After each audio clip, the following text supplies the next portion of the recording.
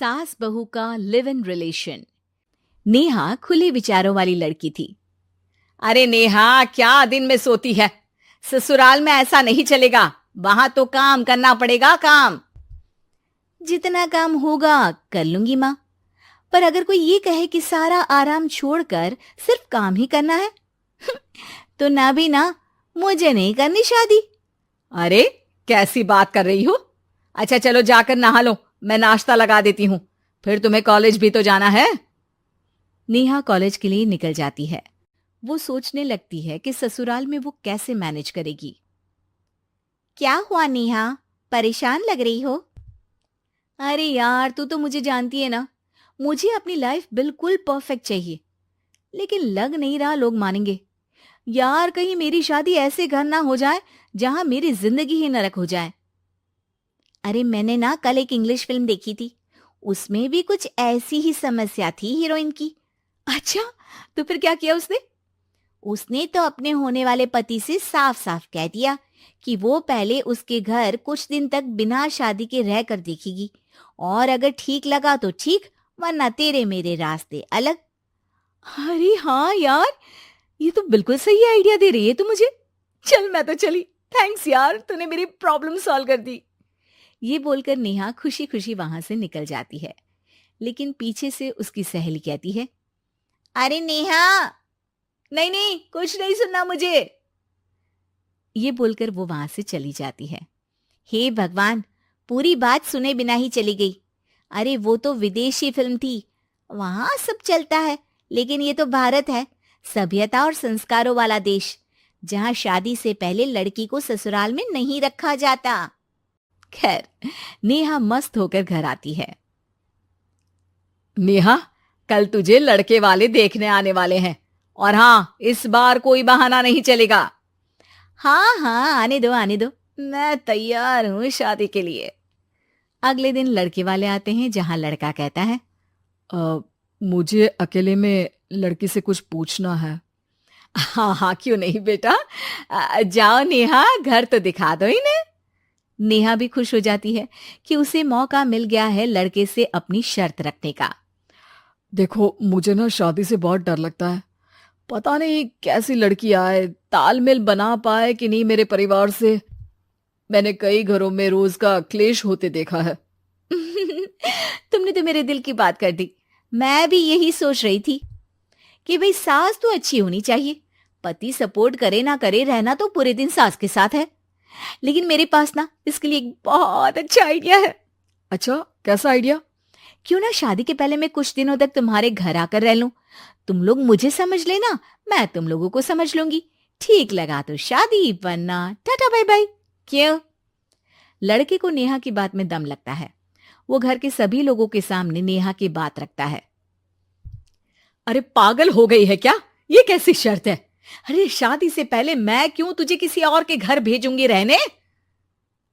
अरे लड़की के ख्याल तो 20 साल आगे के हैं, इतनी भी खुले विचारों वाली लड़की नहीं चाहिए हमें।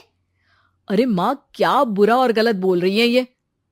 रहना तो हम दोनों का है ना, कल को कोई परेशानी आई तो तुम सब तो ये बोलकर निकल जाओगे कि जिंदगी तुम लोगों को ही निभानी है, तुम लोगों को जो करना है करो। तब क्या करूंगा बताओ?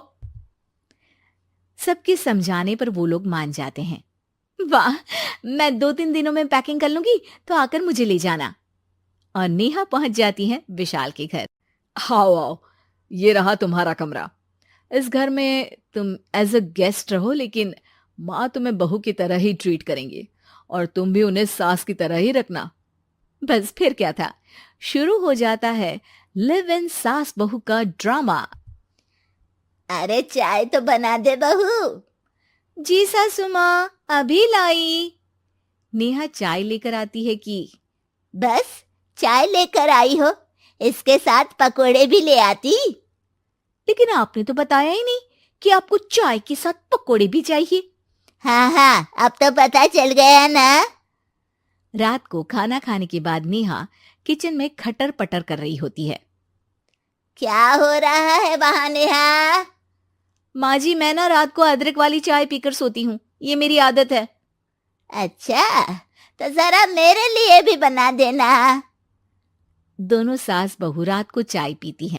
अगले दिन, नेहा, मैं मंदिर जा रही हूँ, मेरी साड़ी निकाल कर बेड पर रख दे। नेहा सास के लिए साड़ी निकाल कर रख देती है। वो देखती है कि उसके आने के बाद से सास ने घर का कोई भी काम करना छोड़ दिया है। यार मैं क्या करूं? ऐसा ससुराल तो मुझे नहीं चाहिए था जिसमें मैं ही सारा काम करूं। मैं तो ऐसा घर चाहती हूं जहां सास और बहू दोनों मिलकर किचन में काम करें। हे भगवान, रात को चाय पी ली, पेट में गैस बन गई, अब तो चला भी नहीं जा रहा है। मुझे तो ऐसी बहू चाहिए जो हेल्थ के प्रति कॉन्शियस हो, क्योंकि वो ठीक रहेगी तभी तो मैं ठीक रहूंगी। दोनों समझ जाती हैं कि वो लोग एक दूसरे के लिए नहीं बने हैं। अगले दिन, नेहा, जरा चाय तो ले आना। नेहा चाय के साथ चिला भी बनाकर ले आती है। सास खा पीकर सो जाती है। अगली सुबह, तेरी बुआ सास आ रही है, उसे मैंने तेरे बारे में बताया है। तभी वहां गंवार सी एक महिला आ जाती है। चलो यहां से निकलो, कुछ नहीं है खाने के लिए, जाओ।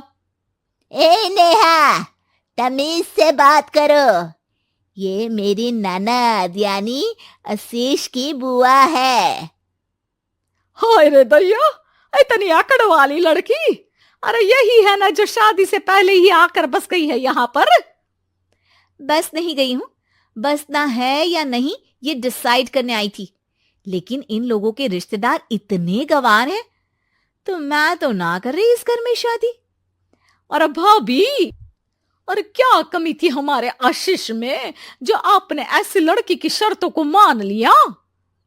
अरे वो तो आशीष के कहने पर मैं झुक गई, वरना ऐसी लड़की को तो मैं घर में घुसने भी ना दूं।